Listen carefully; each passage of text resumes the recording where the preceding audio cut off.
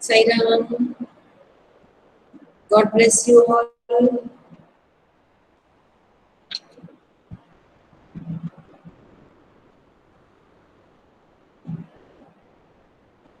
Okay, अभी बहुत सारे बच्चों ने ज्वाइन करना बाकी है।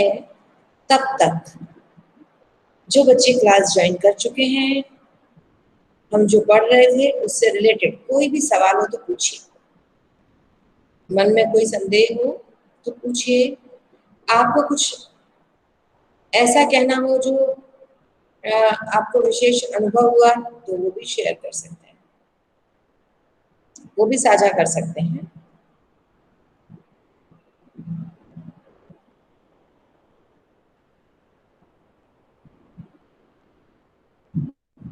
ओके, कोई सवाल नहीं है किसी को भी? सब कुछ समझ में आ गया? चलो, वेरी गुड, बहुत सुंदर बात है ये तो। यदि समझ में आ गया है तो बहुत अच्छी बात है, लेकिन समझ में आने के बाद भी अपने आप में झांक कर ये देखना होगा कि हमने इस पाठ से क्या संदेश लिया, क्या सबक लिया। ठीक है, तो जैसा कि हमने डिसाइड किया था, आज हामिद खां पाठ का प्रेजेंटेशन और दिए जल उठे जो हम अगला पाठ पढ़ेंगे उससे संबंधित प्रेजेंटेशन रहेगा। हामिद खां पाठ का प्रेजेंटेशन करने के लिए कौन तैयार है? Yes, okay, good, all the best. Romisha, are you ready?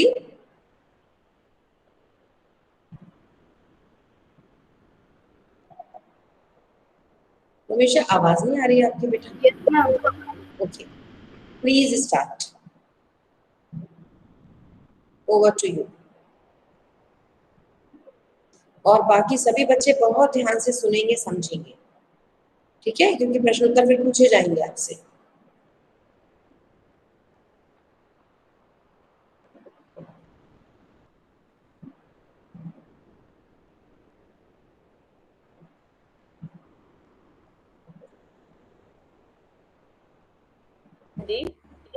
Chapter 5 जिसका शीर्षक है हामिद खां, जिसके राइटर हैं एस.के. पोट्टेकाकाट। बच्चों, राइटर इस कहानी के माध्यम से क्या कहना चाहते हैं उसका पहले हम सारांश जान लेते हैं। यह कहानी इस बात की तरफ संकेत करती है कि हिंदू हो या मुसलमान, कोई भी अशांति या दंगे नहीं चाहता है। वे सब अमन से रहना चाहते हैं और एक दूसरे का साथ चाहते हैं। दोनों के हृदयों में एकता की भावना समान रूप से विद्यमान है। लेखक हामिद खां के माध्यम से अपनी बात समाज के समक्ष रखते हैं। हामिद खां तक्षशिला का निवासी है। लेखक घूमने के उद्देश्य से तक्षशिला जाता है। वहाँ भूख से बेहाल लेखक को हामिद खां का ढाबा दिखाई देता है। भोजन और पानी की तलाश में लेखक ढाबे में आश्रय लेता है। हामिद खां उसका स्वागत पूरे दिल से करता है। उसको भली भांति पता है कि लेखक हिंदू है। लेखक को उसने अपने ढाबे में भोजन कराया। यह कहानी हमें शिक्षा देती है कि धर्म के नाम पर लोगों के अंदर कोई अलगाव नहीं है। कुछ स्वार्थी तत्वों के कारण यह अलगाव उठ खड़े होते हैं। यह कहानी दो अलग अलग धर्मों के व्यक्तित्व के बीच आत्मीय संबंध की दिल को छूने वाली कहानी है।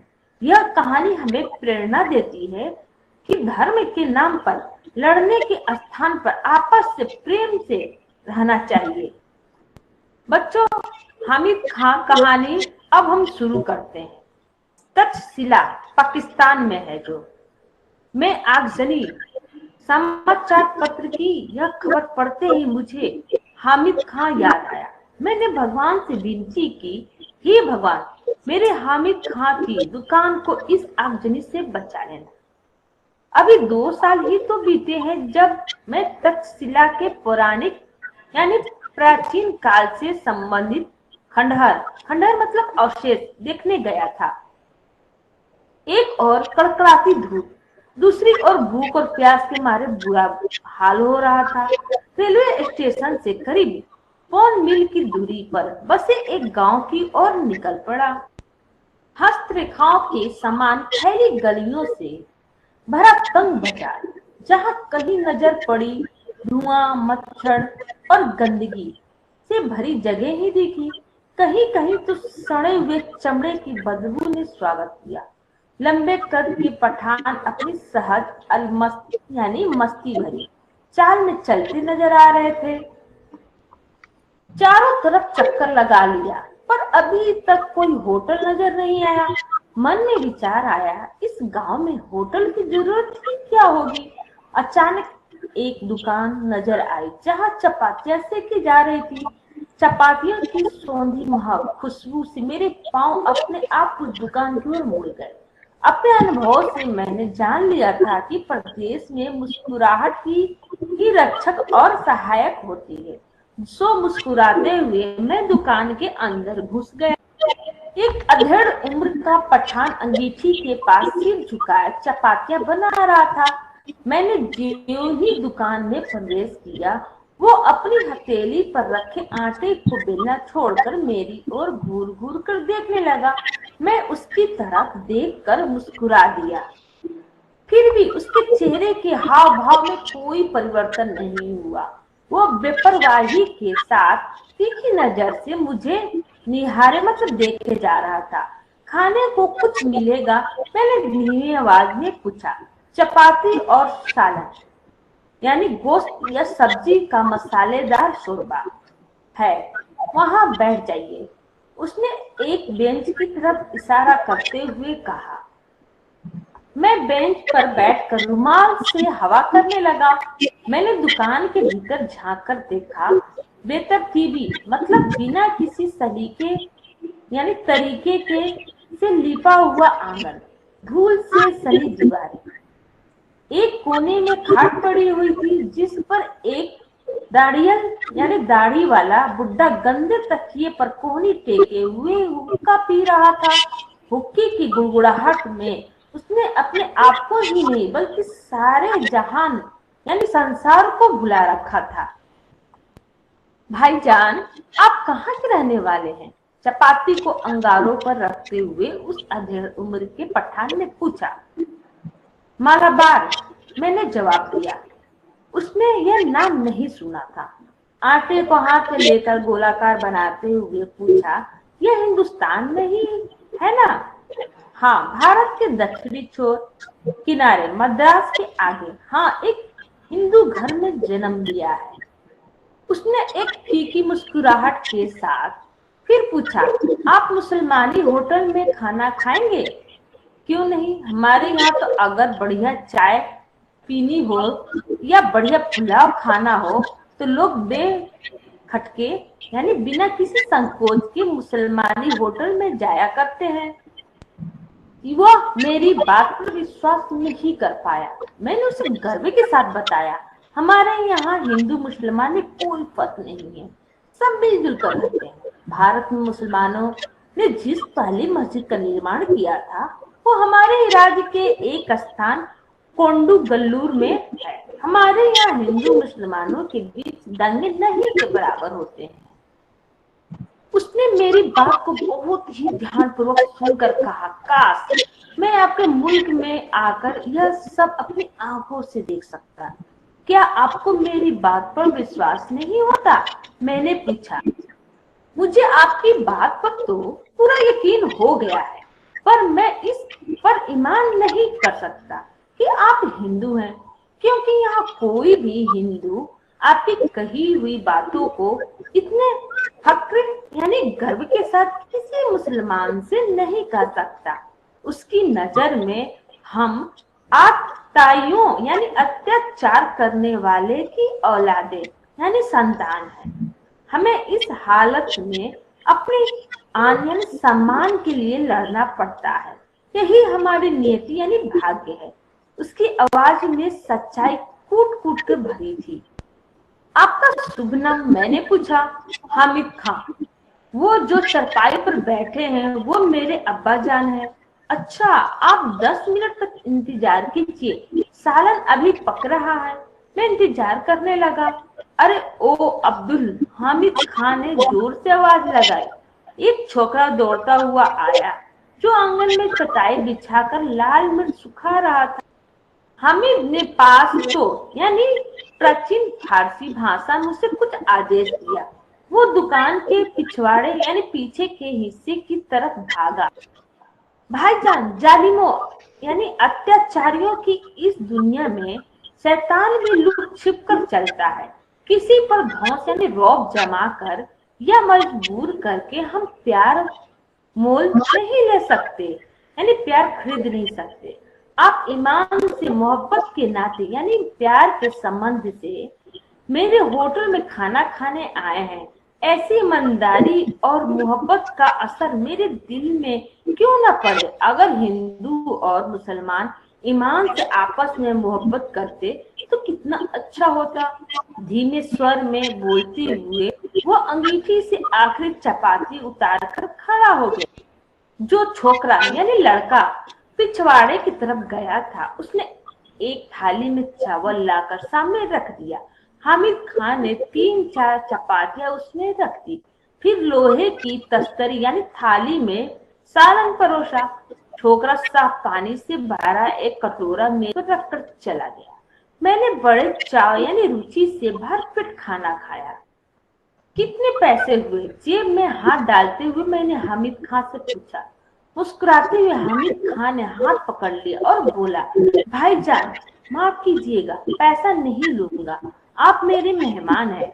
मेहमान नवाजी की बात अलग है। एक दुकानदार के नाते आपको खाने के पैसे लेने पड़ेंगे। आपको मेरी मोहब्बत की कसम। 1 रुपये के नोट को मैंने हामिद खान की ओर बढ़ाया। वो सकुचा रहा था। उसने वो रुपया लेकर फिर मेरे हाथ में रख दिया। भाईजान, मैंने खाने के पैसे आपसे ले लिए हैं, मगर मैं चाहता हूँ कि यह आप ही के हाथों में रहे। आप जब पहुंचे तो किसी मुसलमानी होटल में जाकर इस पैसे से पुलाव खाएं और तक्षशिला के भाई हामिद खान को याद करें। वहां से लौटकर मैं तक्षशिला के खंडोरों की तरफ चला आया। उसके बाद मैंने फिर कभी हामिद खान को नहीं देखा, पर हामिद खान की वो आवाज, उसके साथ बिताए क्षणों की यादें आज भी ताजा हैं। उसकी वो मुस्कान आज भी मेरे दिल में बसी है। तक्षशिला के सांप्रदायिक दंगों की चिंगारियां की आग से हामिद और उसकी वो दुकान जिसने मुझे भूखे को दोपहर में छाया और खाना देकर मेरी क्षुधा यानी भूख को तृप्त में संतुष्ट और संतोष किया था, बची रहे। मैं यही प्रार्थना अब भी कर रहा हूँ। हेलो बच्चों, अब हम कुछ शब्दों के सारांश जानेंगे। जैसे मैं आगजनी।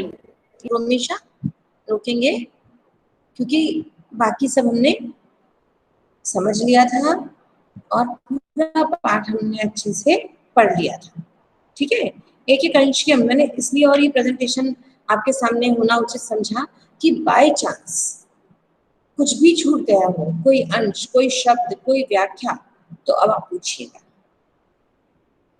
ठीक है, प्रेजेंटेशन स्टॉप हम कर सकते हैं क्योंकि अब आपको व्यक्तिगत कोई सवाल मेरे से पूछना है, क्योंकि पहले हमने पढ़ा, अंशों में पढ़ा, टुकड़ों में पढ़ा और हमने एक एक बात को समझा।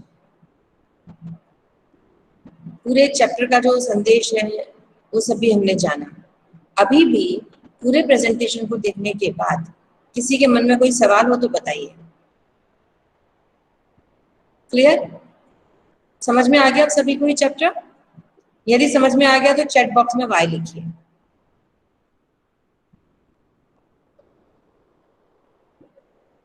क्योंकि सिर्फ 2-3 बच्चों के वीडियो ऑन रहते हैं, बाकी मुझे समझ आता नहीं फिर। अच्छा, जिनके वीडियो ऑन है वाई भी उन्हीं का आ रहा है अभी। ठीक है, आई एम जस्ट वेटिंग। जबरदस्ती भी वाई लिखने की जरूरत नहीं है, अगर समझ नहीं आया है तो प्लीज पूछिए। संजय, आपका ना यस आया ना नो? स्वर्णिम का भी कोई रिमार्क नहीं आया अभी। मुकुंद शर्मा, मुकुंद शर्मा की ओर से कुछ नहीं। यस, स्वर्णिम का है, ओके। मुकुंद शर्मा की ओर से कुछ नहीं, ना समझ आया ना नहीं आया, स्वयं को नहीं पता। और जानवी का भी कोई रिमार्क नहीं। ध्यान डाला है। जानवी का है, ठीक है। मुकुंद शर्मा क्लास में है भी कि नहीं है? मुकुंद शर्मा हमें लगता है मीटिंग ज्वाइन करके, अच्छा अब आया, अब आए, ठीक है, ओके। कुल मिलाकर सभी बच्चों को पाठ समझ में आना चाहिए। अब इस पाठ में दिए हुए प्रश्नों के उत्तर आप तलाशेंगे। उसके अलावा पाठ में जो नहीं दिया है, इस पाठ का जो छिपा हुआ संदेश है, जो अभी आपने वीडियो में भी देखा, हिंदू और मुस्लिम इस बात को लेकर सामान्य जन में कोई किसी प्रकार की कोई दुर्भावना नहीं है।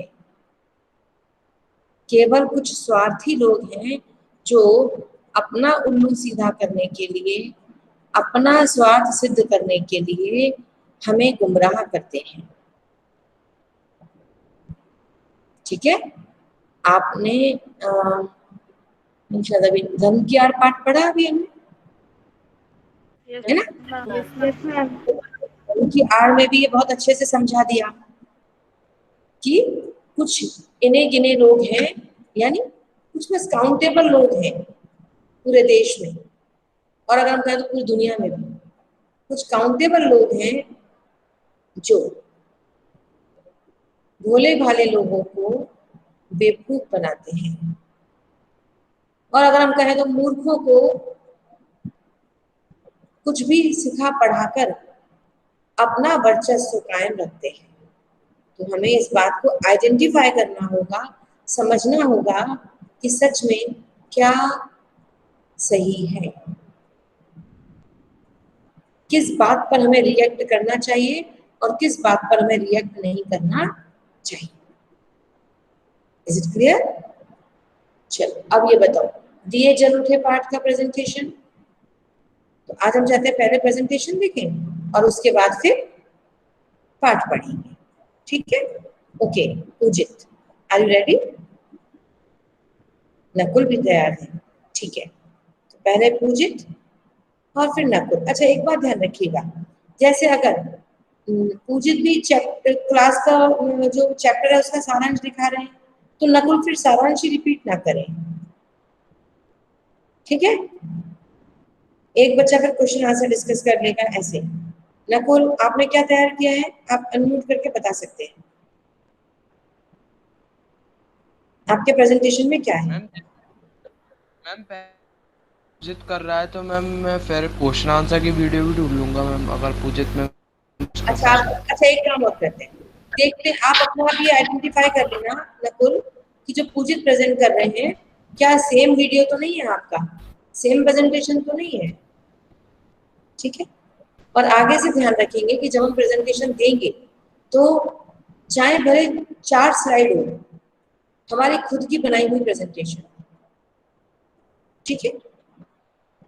ओके पूजित, please start, all the best.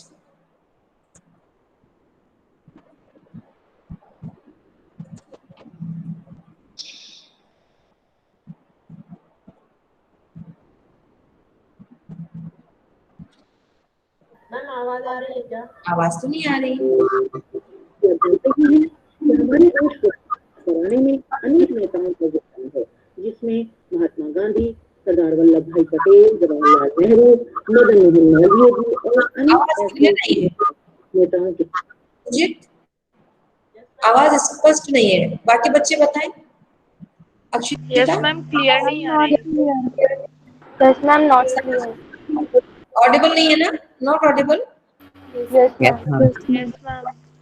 Okay, मुझे एक बार और ट्राई करो, अदरवाइज नकुल को चांस देते हैं।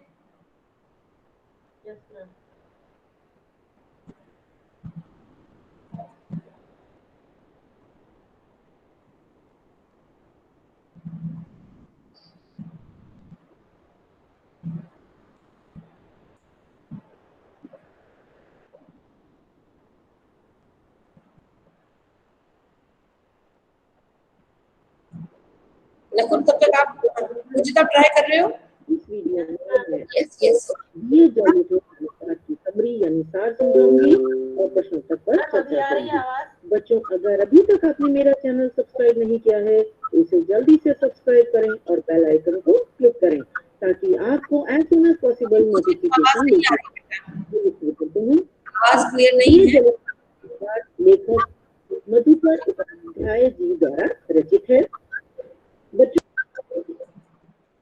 देश के स्वतंत्र में अनेक नेता मुझे आवाज नहीं आ रही बेटा। नकुल, आप ट्राई करके देखो। पहले से आपको थोड़ा चेक कर लिया करो। नकुल, मैम हो रहा है। ओके।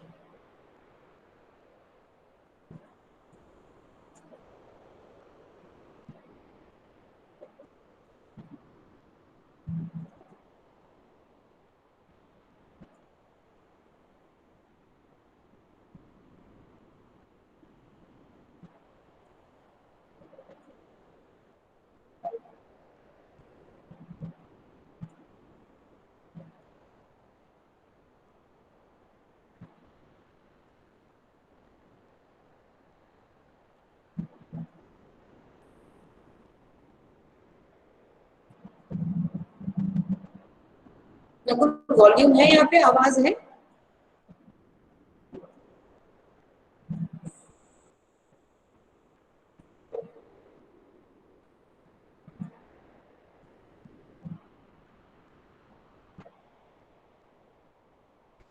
आवाज नहीं आ रही। नो।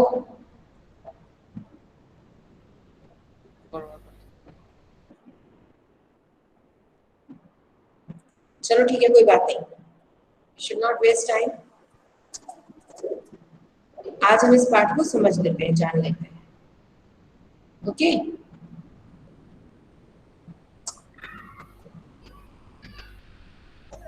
आजादी की 50वीं वर्षगांठ पर उनकी पुस्तक 50 साल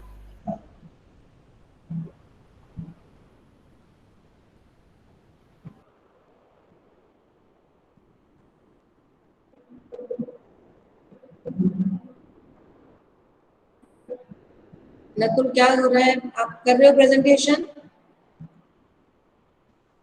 मैं आपने मना कर दिया था ना। अरे तो आवाज आने लगी थी जब आपने स्टॉप किया था। हम वापस कर सकते हैं। जब आपने स्टॉप किया तो आवाज आ रही थी। ठीक है, थोड़ा सा आगे बढ़ा के देखते हैं, वहीं से लगाइए, शायद क्लियर सुनाई दे सभी को।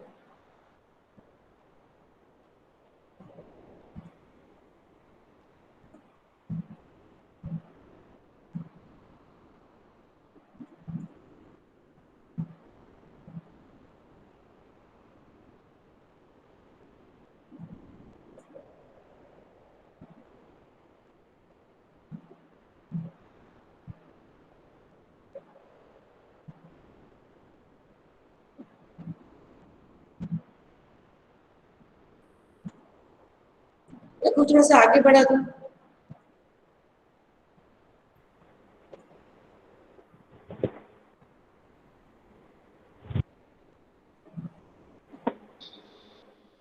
मैम, इसने माइक म्यूट कर रखा है। अच्छा, माइक देखो फिर। नकुल, चेक करो।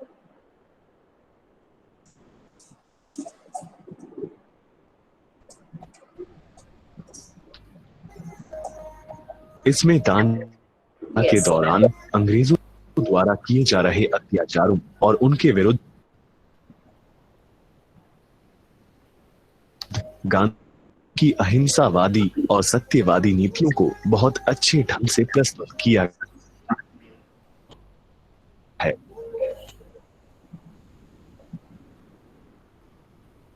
दांडी कूच की तैयारी के सिलसिले में वल्लभ भाई पटेल 7 मार्च को रास पहुंचे थे। वहां लोगों के आग्रह करने उन्होंने एक छोटा सा भाषण दिया। उसी वक्त वल्लभ भाई पटेल को गिरफ्तार कर साबरमती जेल ले जाने लगे और गांधी साबरमती आश्रम भी इसी रास्ते में पड़ता था। इसलिए गांधी जी उनसे मिलने आश्रम से बाहर आकर प्रतीक्षा करने लगे। पटेल जी ने उनसे मिलने पर कि मैं चलता हूं, अब आपकी बारी है। पटेल जी के कहने का अर्थ था कि मैं तो जेल जा रहा हूं, अब आपको ही इस आंदोलन की जिम्मेदारी संभालनी है। गांधी जी को इस आंदोलन को आगे बढ़ाने के लिए रात में भाषण देना था। जब वे रास पहुंचे तो वहां उनका भव्य स्वागत हुआ। रास में लोगों को भाषण देते हुए उन्होंने सरकारी नौकरियों से इस्तीफे देने का उल्लेख किया और कहा, मुखी और तलाटी गंदगी पर मक्खी की तरह चिपके हुए हैं,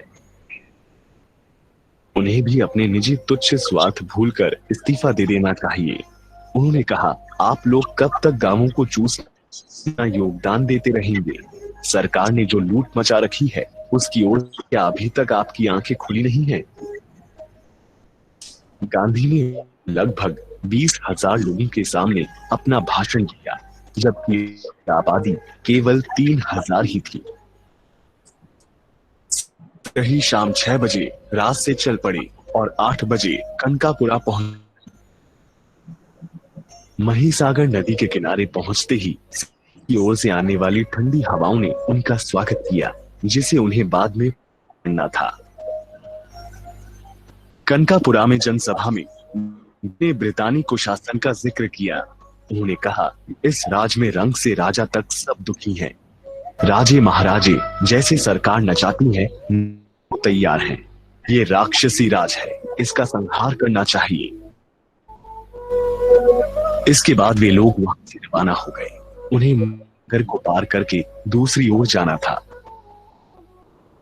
तटीय क्षेत्र होने के कारण दिन में पानी चढ़ जाने से उन लोगों को चलने में बहुत दिक्कत हो रही थी, क्योंकि ये कीचड़ और दलदल था। इसलिए ये फैसला लिया गया कि और दलदल में कम से कम चलना पड़े। इसलिए नदी को आधी रात में समुद्र में जब थोड़ा ऊपर चढ़ जाए तब पार किया जाए। रात 10:30 बजे सत्याग्रही भोजन करके नदी की ओर चल पड़े।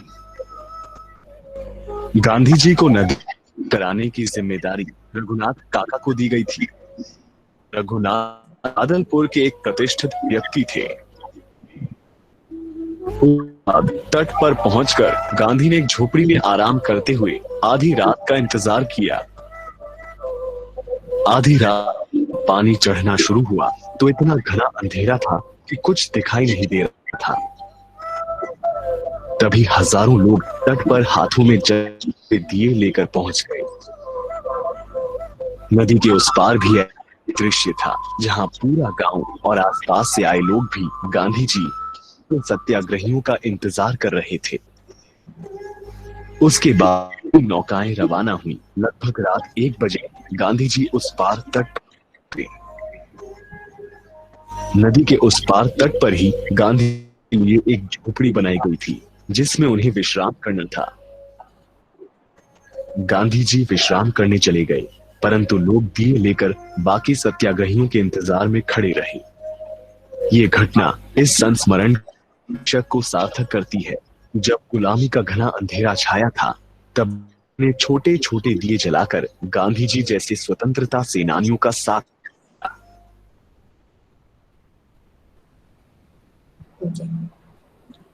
ठीक है, स्टॉप।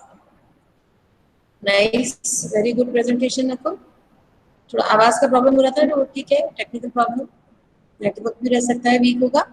लेकिन अब ये बताओ, कितने बच्चों को ये समझ आया कि इस पाठ का नाम है दिए जल उठे? इस बात का क्या आशय है?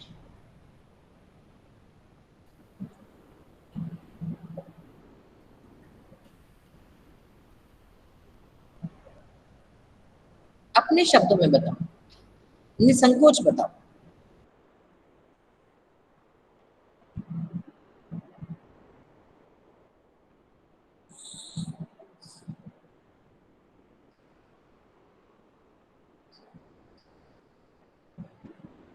कुछ समझ नहीं आया अभी लास्ट में जो बोला उससे?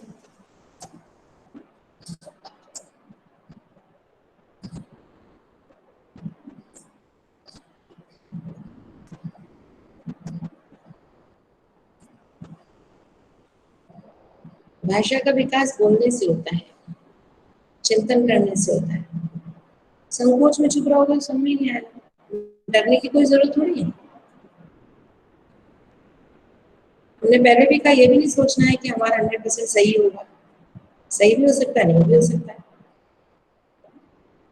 पार्शियली करेक्ट भी हो सकता है। बट बताओ, इस पाठ का नाम दिए मैं जलते। बताऊं? यस संजय मैं बताऊं? बताइए। संजय मैम बताओ। मैम दिए जलाकर मैम लोग गांधी जी और स्वतंत्र सेनानी को राह दिखा रहे थे, मदद कर रहे थे, ठीक है। और इसका ये हिम्मत तो दे रहे थे। मत दे रहे थे। Very nice. यस।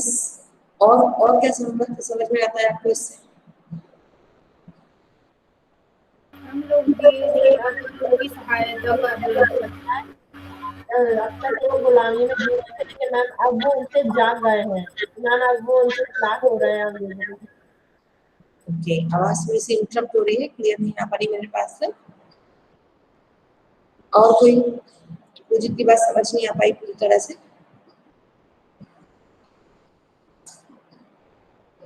बस दो ही मैम वो दो। लोग जागृत हो चुके हैं। मैम वो लोग हाँ? जागृत हो चुके हैं और मैम वो लोग जागृत हो चुके हैं। यस ठीक है।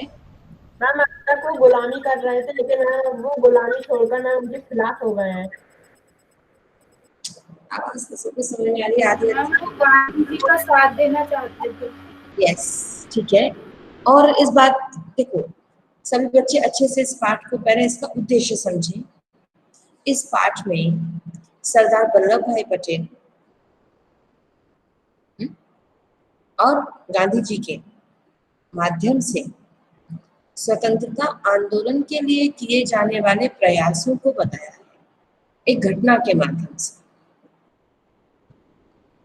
सरदार वल्लभ भाई पटेल के बारे में भी शायद आप लोग बहुत कम जानते होंगे। तो हमारे आज हम जिस आजादी का जश्न मना रहे हैं, आज जिस खुली हवा में, जिस मुक्त फिजा में हम सांस ले रहे हैं, हमें नहीं पता कि ये कितनी कीमती है। कितने लोगों ने अपने प्राण गवा कर इसे हासिल किया और आज हम इसकी कदर नहीं जानते। ठीक है। और आज मैंने इस पाठ का हल्का सा जो प्रेजेंटेशन शुरू किया, उसका एक और कारण भी है, वो ये कि कल गांधी जयंती है।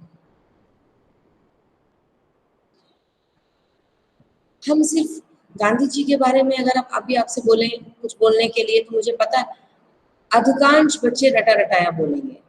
गांधी जी का जन्म इस तारीख को यहाँ पर हुआ, गांधी जी सत्य अहिंसा के पुजारी थे, उन्होंने भारत के लिए, आजादी के लिए बहुत कुछ किया।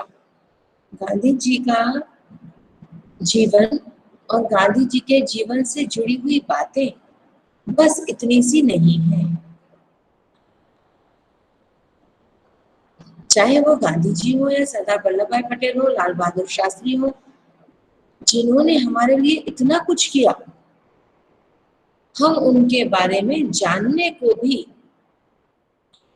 तत्पर नहीं होते। तो पहला तो मेरा आपसे आग्रह यही है कि कल महात्मा गांधी जी के संबंध में आप अपने आप को अपडेट करने के लिए, कुछ बोलने के लिए तैयार रखें। कल मेरा हिंदी क्लास नहीं है, लेकिन आपका जो भी क्लास रहेगा, ठीक है, आपको यदि कुछ ऐसा मौका मिले या आप अपनी स्वेच्छा से गांधी जी के सम्मान में कुछ कहना चाहें तो आपके पास कम से कम, ज्यादा नहीं तो 5-6 पंक्तियां, लेकिन 5-6 पंक्तियां रटी रटाई नहीं, कुछ विशेष। आप सब बच्चों को पता है हमारे विद्यालय में कई सालों से क्या करते हैं बताओ? गांधी जयंती पर क्या करते हैं अपन? साफ सफाई। सफाई करते हैं। क्यों करते हैं सफाई? एक ही दिन क्यों करते हैं?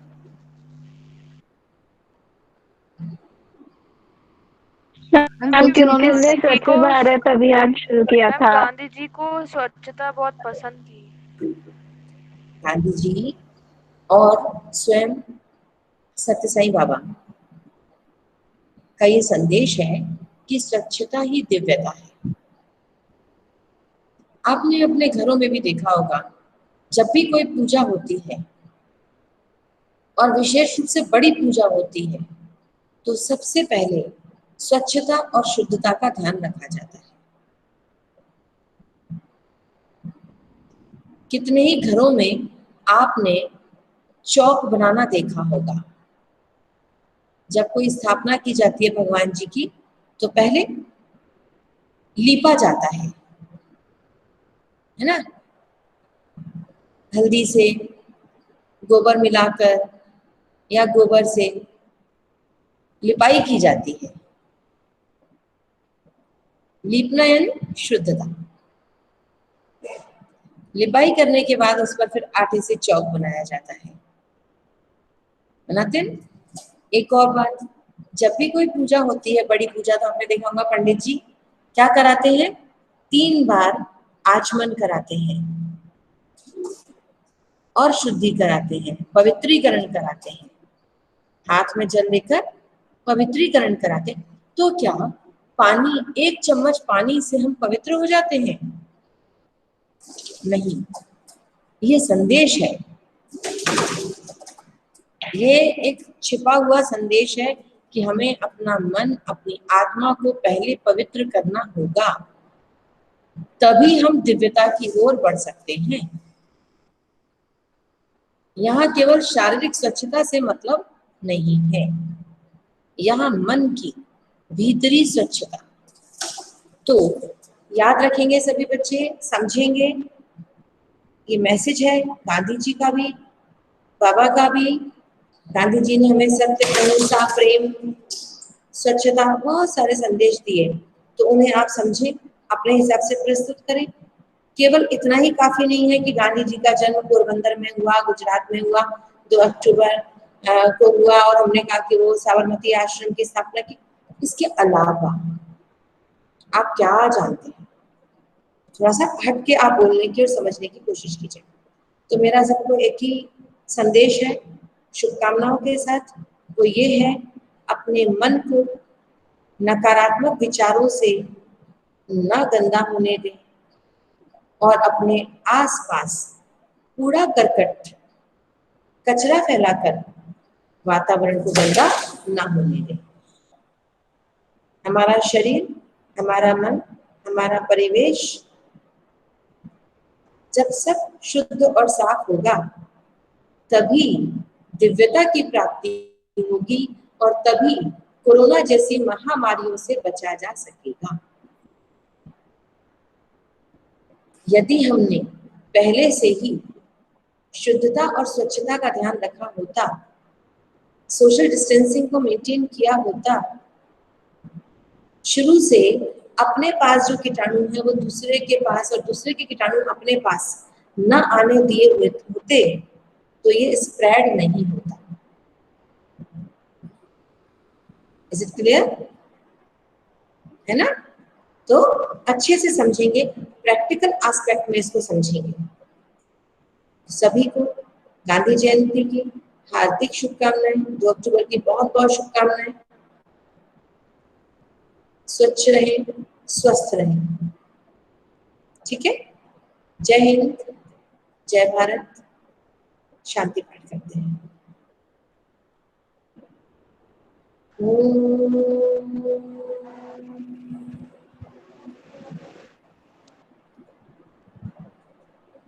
शांति। शांति शांति। Sai Ram. Thank you ma'am.